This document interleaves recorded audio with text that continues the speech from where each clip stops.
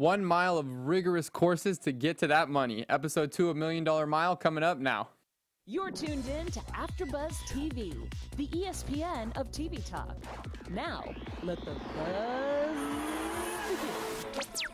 What's up, guys? Welcome back. We're super excited about this episode. We got No One Can Beat Me, episode 2, $1 Million Mile, and I'm joined by my lovely Tiffany Tony here. Hey guys, what's up? Thank you so much for coming back this week. And wow, we had quite a start last week, and I like this episode way better. This episode was getting me on the edge of my seat. I know that one. So first up, we had Logan Cohen. She was a 28-year-old marathon runner and a boxer, and she was doing it to prove, like, to pass judgments on women. We know how women say, like, they can't compete as athletes. She wanted to prove to girls that they had the power to push through any stereotype, and I think, that's a good cause to run for. Exactly, yeah. She wanted to prove to everyone out there that women can compete as athletes with men and keep it going. So she was actually on the Forbes 30 under 30. I don't know if you caught that. Yeah, they said that. I was shocked. I couldn't believe that. She did a mobile app. I think it was first, good, students who do good deeds, they have rewards on there for them. So she didn't really need the money, but she wanted to fight for her cause, and I admire that. Well, this show, that's what it's all about. Absolutely. If you're focused on the money, you're not going to finish. You got to have a cause going behind you. So she starts it off, and then the defender was Orla Walsh. She was a Spartan pro. She was a D1 soccer player, cross country, and track, which was big time, I thought. She's doing 3 sports D1. Yeah, and they're all sports that require a lot of endurance and cardio strength, so I was pretty impressed with her. Oh, my gosh. I couldn't even run probably a mile. And so she starts it off. What did you think about this performance going on?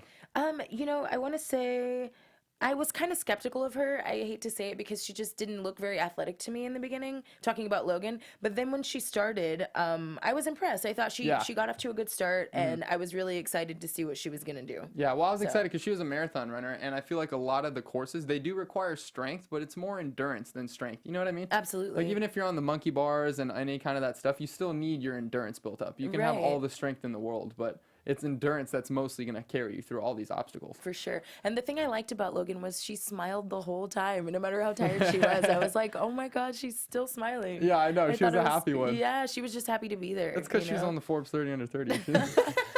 Right?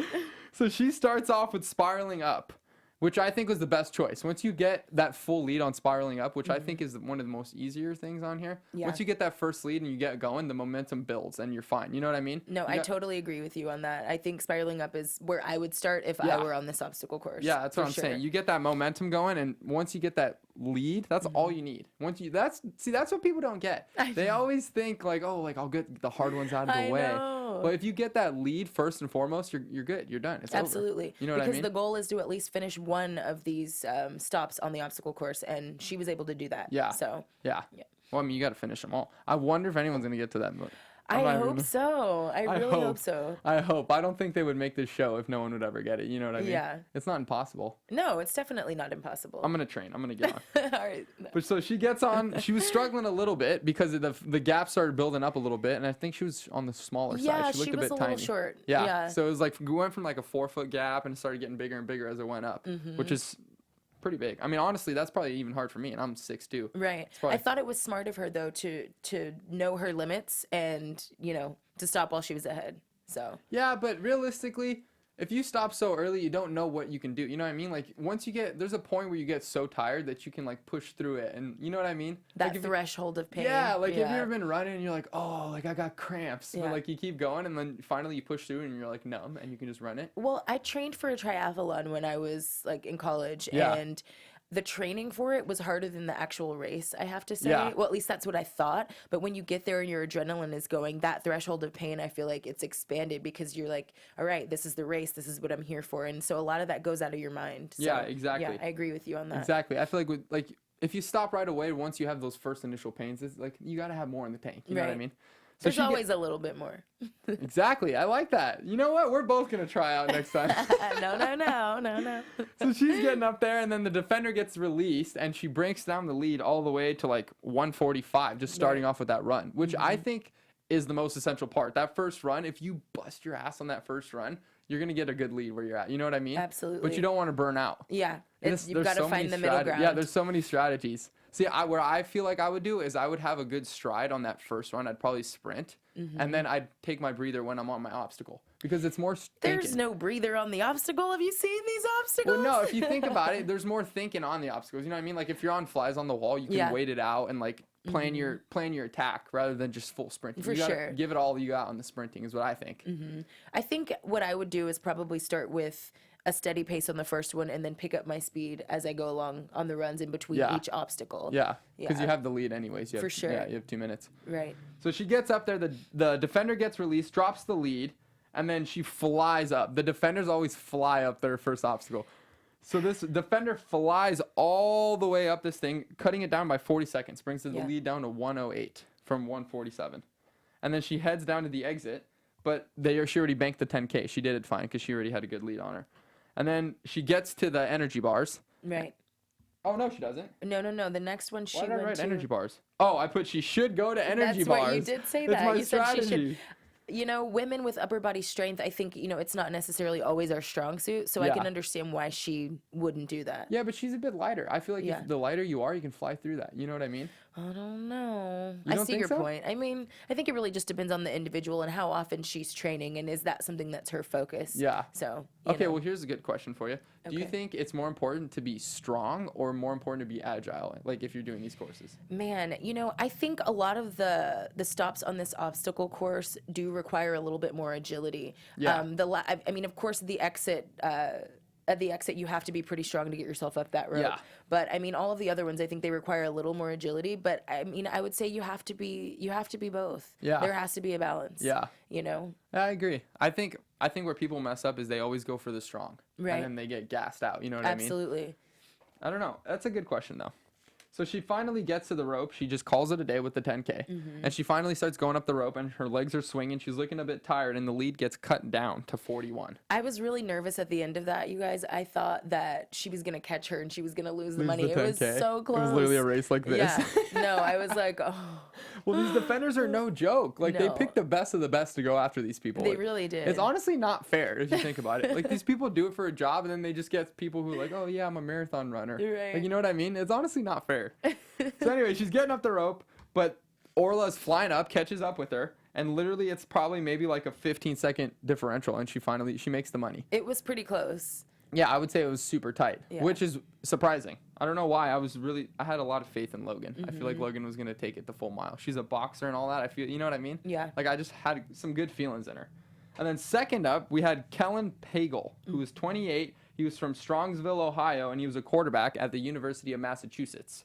He was a beast. I thought this guy was the best. He was really a big guy. I mean, 230 pounds, 6'4". Yeah, 6'4". But That's he didn't a lot look, of weight to carry around. He didn't look 230. You know what I meant? He looked like He was a compact 230. yeah. He Yeah, looked in shape. definitely. That guy did not look too. I would have guessed maybe like 200. He was in shape. That guy was a killer. But he was a quarterback, but he couldn't play anymore because he got so many concussions. Right. And he was bummed out about that. But I Yeah. mean, that guy was a beast. He definitely was. I mean, he was in great shape, but 230 pounds is a lot to carry around, especially if you're wet and you're in wet clothes. Yeah. And I feel like that really slowed him down. But the conditioning from football was probably like so insane. You know what I mean? Especially playing D1. I don't know how long ago he played though. It didn't Right. say.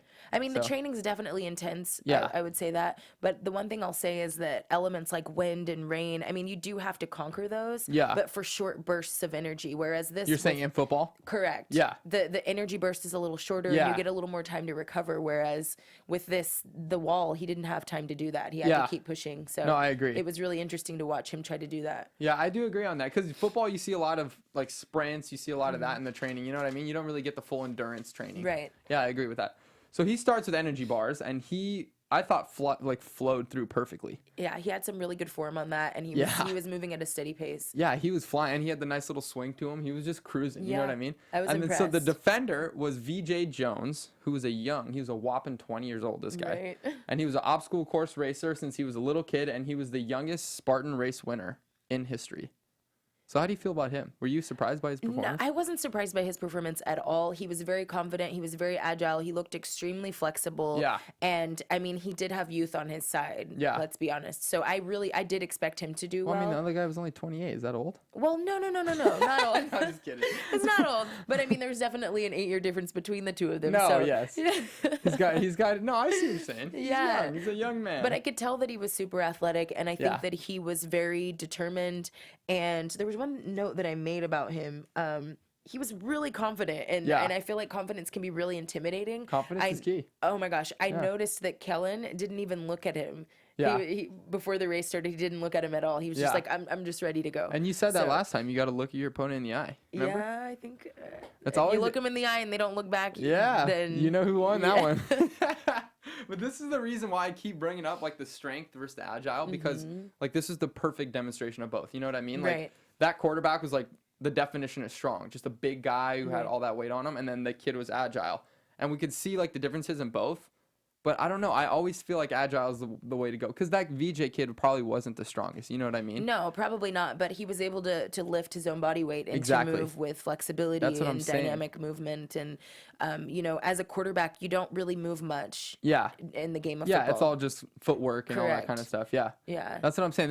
This whole performance from these two really made me think on what's more important. And then I'm thinking in my head, like, where should I start working out more? So he's very fast. I put very fast and lengthy because he was Yes. long. With his 6'4" limbs, he was flying through energy bars. Like, he had no way to even stop. He was killing it, and then the defender gets released, but he already got the 10K before the defender even got to the energy bars, which was surprising. I was surprised by that too. Yeah, I didn't think he Yeah. was going to blow through that fast. You know what I He mean? got off to a really good start. His pacing was great in the beginning, I have to say. Exactly. Kellen. Yeah. Yeah, and then the defender gets released, and usually when they get released, you know, the lead gets dropped a bunch. Right. The lead only got dropped down to 152. So that makes a point on how fast he did the energy bars. You know what I mean? Absolutely. So Absolutely. the lead gets dropped down barely by 8 seconds, and then Kellen picks to go to Windy Wall, which is a 40-foot climb with rain and wind like blasting into you. Like, they have fans and water just literally hammering you as you're on your way up, which I thought was super gnarly. What'd you think about that course? I mean, to be honest with you, that's not what I would have chosen. I mean, you got to do it eventually, though. I guess so. I guess you're right. But I wouldn't have chosen it so soon. I think I would have avoided that at all costs. I mean, Yeah. not only is he working with balance, lower and upper body and core strength all at the same time. I Yeah. just think that's a lot, not only a lot of physical requirement, but it's also a lot of pressure. Yeah. So I think I probably either would have saved that for the end if I had already banked the just skipped it- 50K, skipped it or until- just skipped it altogether. Exactly. I didn't think it was looking that bad. I feel like I could have.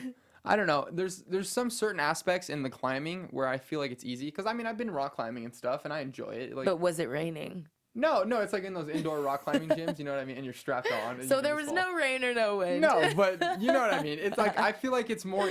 It's like, I don't know. It's pretty simple to me to like find out where to place your feet and all Yeah. that kind of stuff. If you just block out the rain and wind, like, you're Oh, fine. you make it sound so simple. Just block out the rain and Well, wind, yeah, think about, like, if you're everyone. just not even thinking about it. Like, I could be throwing all this water at you. You're not thinking about it. You're just focused on where you're going. It doesn't matter. I have to disagree with you on that. I think that is the It's most. a mental game. I mean, definitely a mental game, but it's balancing on a dry surface versus balancing on a wet surface. It's a completely different game. Yeah. You know, and I just think that he was really brave to take that on so early. Yeah. I don't know. I thought it was, I don't know. So Like, you you would have gotta- taken it on right away the way he did. I would probably taken it on maybe like third. Okay. Like, not so early. Fair enough, fair I'd enough. hit, this is how my thing would go. I'd go spiraling up because Mm-hmm. it seems the easiest. And then from spiraling up, I'd go to the pool. And then from the pool, I'd probably go to the, because I'm already wet from the Right. pool, and that's already done. And then I can just hit the windy wall. You know what I mean? I like that plan. That's what for I'm telling you. It's all strategy. That's how you gotta think. I'm telling you. Well, the one thing I have to say about VJ Jones, the defender, I thought he was the most legit defender. I really loved him. I Dude, thought he was killing it. Yeah, he really was. I love that he was young. You know what I I know. mean? He was just like a young buck, like killing it. Just Yeah, going super after it. energetic. Definitely, his movement, everything just seemed very precise. Yeah, I agree. Speaking of Yeah. precise, you got something to say? I do. All right, guys. So before we move on to our next topic, we just want to thank you guys so much for making us the ESPN of Talk TV. And for us to continue to grow, we could use a little bit of help from you. It doesn't take much. If you guys are on YouTube right now, we ask that you just hit the thumbs up button and subscribe. If you are on iTunes, give us that 5-star rating. No matter where you are, just leave us a comment so that you can get involved in the conversation, because we do care about what you think, and we do read your comments, whether they're naughty or nice. We read them and we take them into consideration. We really appreciate AfterBuzz TV, and being a part of this has been so beneficial for us, and it's been a really wonderful experience. It means the world to us. So in order for us to keep doing what we do, we just ask that you continue to support us, and don't forget to tell your friends and family, and most importantly, enjoy the show. Yeah, guys, get involved. Get commenting. It's okay. We love the comments. We want to hear from you guys. We want to hear what you're thinking. We want to hear what you know about different things. We love the knowledge we can get from you guys. So get involved. Absolutely. Okay, so back to the show. So he goes to Windy Wall. He actually slips a little bit. Remember, we thought he was going to take a fall. I was nervous. Yeah, we thought he was going to take a fall. He actually bounces back. He gets through it, and then he gets the 25K. But the lead is only down to 45 seconds because VJ, like I said, with the agileness, flies up. And 45 seconds is not much of a lead. Yeah, but when you're fatigued and you're wet and you're tired already, it's like... And honestly, I didn't think about it. By the way, you probably knew this already. I'm just kind of spaced out. The whole thing's only a mile. That's why it's called $1 Million Mile. You're so late. I didn't know that. The whole thing is only a mile. So I'm thinking, dude, how much is spaced out between the thing? It's only But imagine if you were running a mile around a track, right? And at each quarter you had to stop and do something crazy. I mean, it's exhausting. I mean, doing the triathlon, I'm not going to lie to you, it took us. Did you finish the triathlon? I did. I finished the triathlon. That's probably so fun. Come on, after it you wasn't finished for that? me. After you finished that? I felt extremely rewarded afterward, and I was really proud that I finished, but it's definitely not something I would do again. I think it takes a really special type of personality and a special type of athlete to do this. And I'm not going to lie, I feel really bad actually, because I didn't realize how serious this sport is and how hard these professional athletes work. Yeah. And, doing some research in between last week and this week, I mean, these people work really hard. They dedicate their whole lives to this, and it's a serious sport. Yeah. And I've done boxing, I've done volleyball, I've done softball, track, and to be honest with you, that triathlon is the hardest thing I've ever done. Oh, so I know. much respect goes out to these athletes. I don't think I've really ever thought about it because it'd be so hard for me. You know what I mean? I've never thought about taking up such a gnarly course. You know what I mean? But people do it all the time, and they kill it. Absolutely. It's insane. Props to you guys. For sure. What I was going to say is I'm going to do a Santa Barbara marathon where they have the wine stuff. Oh my gosh. That's what I was thinking. It's like a 13, because I had a buddy do it, and you reminded me. All these Tough Mudders and Spartan racers are like throwing tomatoes and trash at the TV right now. No, I respect them, but I couldn't do it personally. Hey, you got to know your limits, right? Yeah, and at the end of this one, it's a 13-mile thing, and at the end of it, you get wine, free wine. 13 miles? Yeah, it's a half a mile. It's what's it called? A half marathon. Yeah, a half marathon. Okay, Half gotcha. a mile. I'm sorry. It's half marathon, and at the end of it, you get wine. Hey, you know what? There's something for everybody. I know. I can't do that. This stuff is gnarly. These people are like full gangsters. No, I can't do that. truly. So Kellen does it. He gets to 25, and then the lead's down to 45 seconds. So he goes to flies on the wall, which is always a bad choice. Like, never go to flies on the wall. Like, that place is just never bad. Go there. No, that place is just evil. Never go to flies on the wall. So he goes to flies on the wall, and it's 85 feet long, and it's just jumping around, and he finally gets on there, and then he falls. Yeah, I'm not going to lie to you. When I saw that that's where he was going, I was like, why? You knew he was going to fall? I know, I figured he was going to fall. I just had a feeling. And the reason that I thought so is because with his build at 230 pounds, with his history as a quarterback. Be mobile. Exactly. And I just couldn't imagine him climbing and maneuvering and jumping and performing these type of agile movements that would be required to do well in this part of the obstacle course. And no, for sure. Sure enough, I mean, he struggled with it. Yeah. So VJ catches up to him, and he's still on it. He's chugging through, and then he falls, and that drops the lead down to 9 seconds, and then he's behind. Right when he hits the ground, it's behind, and then VJ catches up, kills it. You can't afford to mess up. This is a part of the course that you cannot afford to mess up on if you want to get to the next level and you want to win that money. Yeah. So. And flies on the wall, I'm telling you, it's a bad place. Everyone falls there. I agree. Everyone falls there. I mean, unless you're a gymnast or you have a history and you have some sort of background as an athlete that allows you to be able to do this with ease, I think saving it to the end or avoiding it is probably a smarter choice. Yeah, I agree. And so the third person up, after Kellen gets eliminated, the third person up was Amir York, who I actually know. That's so He's funny. a pro dancer, and he does ballet and all. Like, he's been dancing his whole life, so he's really agile and he's really athletic. Actually, he's He's pretty good. And everybody was saying, like, his whole cause is, like, for dancers. So he can prove to everyone that dancers are athletes, too. You know what I mean? Absolutely. So that's what he was trying to prove to everyone, because I guess dancers get counted out. They get a bad rap. Yeah, they get counted out. You know what I mean? They When do. people are talking about different sports, they're not, like, saying, like, oh, this guy's a dancer, he's an athlete. You know what I mean? So he was trying to prove that to everyone. So he actually picks energy bars first, which I think was the best choice for him, personally. What did you think? No, absolutely. I mean, it wouldn't have been the best choice for me, but for him, I agree with you. It was the best choice. As a dancer, being able to use your upper body strength and flexibility, I thought it was a good choice as well. Yeah. So he uses all that he knows. Like, you know what I mean? Like, ballet and all that, they use bars. Like, you know what I mean? Absolutely. Like, he just used what he knew to do this. And I feel like that was the smartest choice. And his defender, which is your favorite, was Hunter McIntyre, the sheriff. Which this guy was a beast. I thought this guy was crazy good. He was 6 world titles. He was a racer in 2011, and he said he was devilishly handsome. Did you agree with that? He did say that he said that he was devilishly handsome, and I kept wondering, what does that have to do with anything? But hey, you know, confidence helps in all areas, Well, this guy guess, was an athlete, though. This guy was prepared. You know what I mean? He definitely was, and he was super confident, which Yeah. I feel like gives you an extra edge if you Yeah. believe in yourself. Yeah, and So, like you were saying, having the balance between strength and agile, which was seen in him, I feel like. Absolutely. Because he had the build to have the strength, and he was so fast and so agile. You know what I mean? Definitely. He had both balances. He took off sprinting when they released him after the 2-minute head start. And I kind of felt like Amir was just kind of chilling, you know, on his run. And maybe that was his strategy. Maybe he was pacing himself.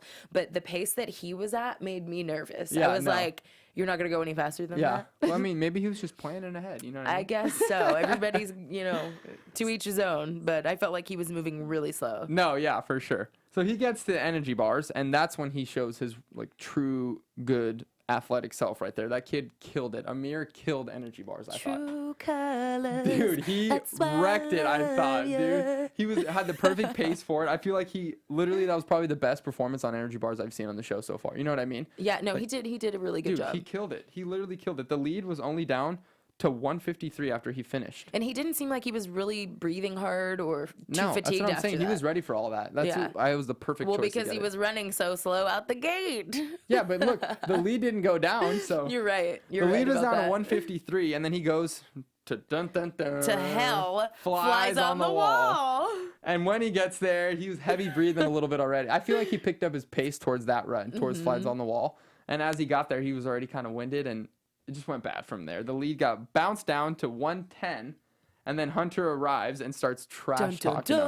What'd you feel about the trash talking? Did you like that? Did you thought it put a little more aspect? I was a pro softball player, if you guys didn't know that. I didn't know that. I did talk a little bit of trash. Were you a trash talker? Yeah, Really? a little bit. Only, you know, in small doses. I would sprinkle a little bit in here and there. Yeah. You know. Why? Wait, Why not? You were pro? Yeah, I played professionally in No way. Switzerland. Yeah. Oh, that's so fun. I like a little trash talk. I think it's healthy. I don't know. I feel like you gotta be nice to everyone. You know what I mean? No. So You Hunter gotta get in gets their there. heads. Yeah, Hunter was definitely getting in Amir's head. He was trash talking, throwing it out there to him. And then Amir jumps for it, takes the fall. And that's Yeah. it. Hunter takes the lead, and it was over for that one. I didn't expect that, honestly. Even though I don't like flies on the wall and I think it's a death trap, I expected Amir to be better at it because he's a dancer. And I Yeah. just thought that his balance and that he'd be a little more graceful there, but I think his nerves got the best of him. Yeah, I think the trash talking got the best of him. Hey, that's why I used it. So Amir actually gets eliminated on this course, which brings us to our 4th contestant and the final one, the most exciting one I've ever seen. This guy killed it. Deshawn Johnson, who was a boxing spar partner with Manny Pacquiao. He's an MMA fighter. And he was doing this for his mom. His mom raised him and his 5 siblings, and he just Yeah. wanted to give back to her. I can't imagine growing up with 5 siblings. Yeah, I but know. Kudos to him. And I think That's why he's a boxer. He's probably fighting them all. I know, right? So yeah, he It all wanted to win started for at his home. mom. I thought that was nice. Yeah, that was it a good was. cause. He I said agree. he wanted to give back. She worked so hard. She went to night school and having 5 kids. Like, it was good. It was an inspiration for him, and that went far. This guy killed it. He's the first person that we've seen, you know, go this far and Yeah. actually attempt to go for that $1 million bucket. I know. And dude, he was on the 4th one? Absolutely. Yeah, he almost had it. He wasn't going to stop. He definitely wasn't going to stop. He was a beast. So this guy picks momentum first, and his defender was the mighty Kiwi, who was last week. She was a beast. She's an animal.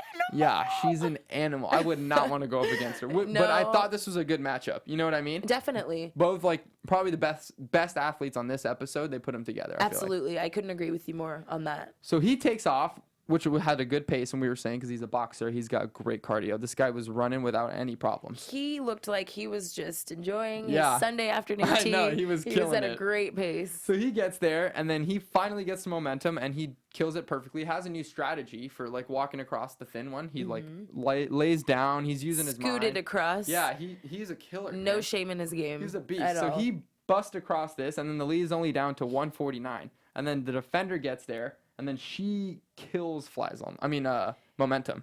She is kills just, it. she literally said, what did she say? I have no weaknesses And or no- disadvantages. And at disadvantage. first I thought, well, that's extremely cocky, but she really, Dude, she's proved herself right. Yeah, she's right. She has no weakness. She kills it every single time.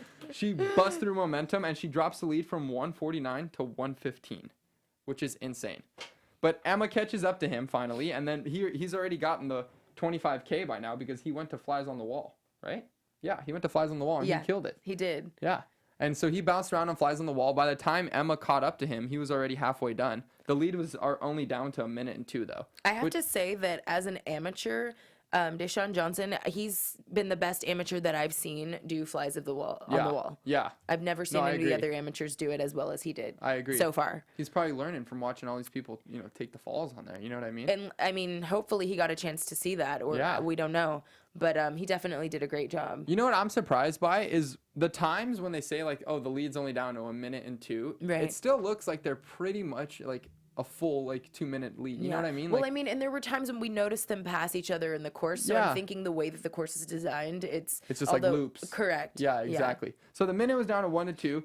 Emma catches up to him, and then he kills Flies on the Wall, but she is right on his coattail. Mm-hmm. But he banks the 25K, and then he goes to spiraling up, which we see him actually get tired. Right. And we see Emma wreck it. Emma literally was Oh my running God. up a bit. It felt like somebody was pulling the cord on the back of her shirt, like helping her. That was how fast she was moving. I'm like, She was killing it. She bounced all the way up, spiraling up. It was literally neck to neck like this. Like he was getting tired on the way up. So finally, when they got to the top, he jumped, and she was maybe like 2 seconds behind I him. was getting anxiety.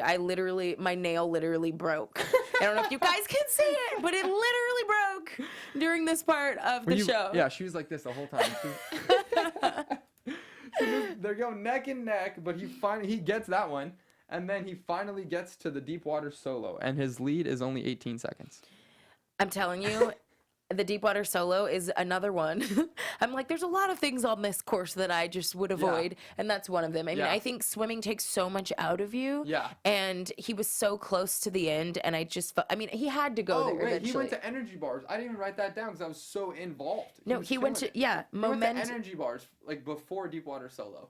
Did he? Are you Yeah, sure? he went to energy bars, and then he killed that. And then he went to Deepwater Solo at the You're end right. because he was making 250 if he beat Deepwater Solo. Yeah, because he finished energy bars. He was already in the 4th stage of it when she Exactly. was just starting the first one. Exactly. Got it. So he went to energy bars first, and he had the lead the whole time. He literally finished as she was in the first stage. There's 4 different stages of energy bars. Right. And he was in the end, and she was in the first. And then he gets to Deepwater Solo, which is your favorite. And he has to swim and then climb up the wall, but he was so gassed out from doing all like the energy bar stuff with his upper body already. Absolutely. So when he got to Deepwater Solo, he had to use more of his upper body, and he Right. was gassed. I mean, he didn't really have an option though. He was obviously going for the $1 million, and Yeah. so he had to do every single step. Well, I mean, of the he already course. banked the 50K, so I mean, I would try it too.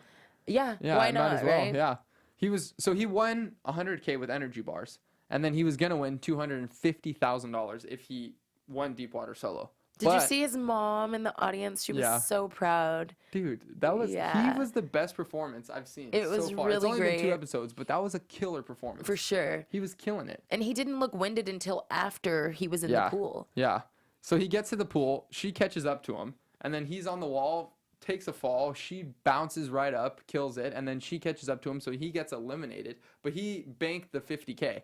So I would have loved to see him run toward the exit and climb up the rope. I think that would have been interesting to watch. I wonder how well he would have done there. Once you win the 50K, you don't have to do that, right? Oh, you're absolutely right. Because he banked the 50K no matter what. That was the point of it, right? Yeah, absolutely. Yeah. Okay. That's why I was wondering. I like that ending obstacle course too. So I was wondering how come he didn't have to do that. I wonder how he would have done on that. He probably would have killed that one. What do you guys think? I wonder. He would have killed that one. I'm calling that one. Oh, yeah. So he gets eliminated, and then that ends this show. And I thought this was like last week was like the first opening, so we just got a feel for it. But I thought this was so exciting. Like if the season keeps going like this, like I'll be stoked. I know. I really enjoyed it, and it's like whoever does the music for this show is great. It gives me anxiety every time. Edge of your seat every single time. Absolutely, the kind of anxiety that I enjoy. And we have some news and gossip about the show for you guys. AfterBuzz TV News. So the first one is Tim Tebow is actually playing for the Mets right now. He was playing outfield for the Mets, and then he just got bumped down. It said March 13th. TMZ writes that he got bumped down to the minor league. But I mean, that's still good. Yeah, it is. Yeah. So he pulled a Michael Jordan on us. Oh, yeah. He's pulling a Bo Jackson on us.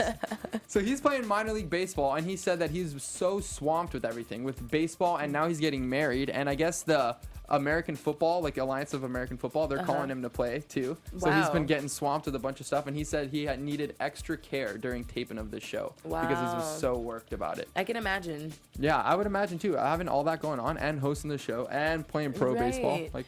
I love how humble he is, though, despite everything that he does have going on. Yeah, he's such a good man. Yeah, he just seems like a really nice guy. He's a really good guy, and he's so happy all the time. You notice that? Every time he's hosting the show, he's screaming around. He's loving it. It's so great. You can tell he really is enjoying it. You know, he loves it. And then the other news was Hollywood Reporter writes that the crew of the show was saying it was so challenging to figure out how to shoot the course and the lights. Like, look, you guys can see it there.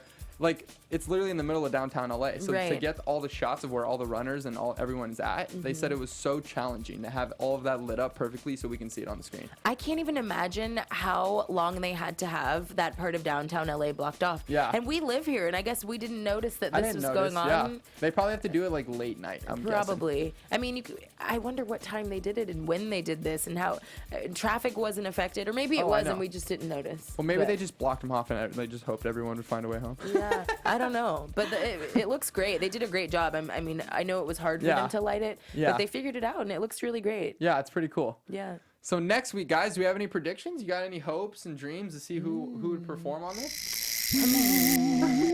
And now, your AfterBuzz TV predictions. Do we have any hopes and dreams? Who do you want to see on there? Let's see. I mean, it's already been two people that we know on there. Right. So maybe we'll see someone I else. knew last week, someone you knew this I know. week. You know, the type of athlete I would like to see on this show is someone who played baseball or softball. I think it'd be interesting just to see how they move through the course. Yeah. I agree. I want to see more of like a. I guess we've already kind of seen a football player. Yeah. But I want to see like a famous pro football player like try this course out. And see That what would it's be like. You know what I mean? interesting to see someone who's actually a well-known athlete compete with another well-known. Like get like Reggie Bush or something. Around this. To Like, I would compete love, with someone who's right? a professional obstacle course racer. Like I would love to Absolutely. see like a pro football athlete and a pro obstacle course racer go at it and like see how good the football player can keep up. You know what I mean? That would be really interesting. Right? I would love to see that. Yeah, it'd have to probably be someone that like is newly retired though, just because there things in their contract might prevent them from participating. Yeah, from hopping in on the show. Right. Yeah, that's what I'm saying. Reggie Bush. That's my I prediction. love Reggie Bush. Right? I feel like but he would be a guy to hop on the show. I for think sure. he could win the And $1 he's million. He's in great shape, that guy. He would kill this show. Yeah. Guys, we got to get Reggie Bush on there. All right, guys, that wraps up our show for this week. We're excited to see you next week for episode 3 of $1 Million Mile. I want to thank you guys for joining and commenting and hopping in, and we'll see you guys next week. I'm Angelo Garcia. You can find me on Instagram at Angelo Garcia with 3 A's. And I'm Tiffany Tony. You can find me on everything at Tiffany_TONEY_. Thanks, guys. See you guys. Our founder, Keven Undergaro, and me, Maria Menounos, would like to thank you for tuning in to AfterBuzz TV. Remember, we're not just the first, we're the biggest in the world, and we're the only destination for all your favorite TV shows. Whatever you crave, we've got it. So go to AfterBuzzTV.com and check out our lineup. Buzz you later. The views expressed herein are those of the hosts only and do not necessarily reflect the views of AfterBuzz TV or its owners or principals.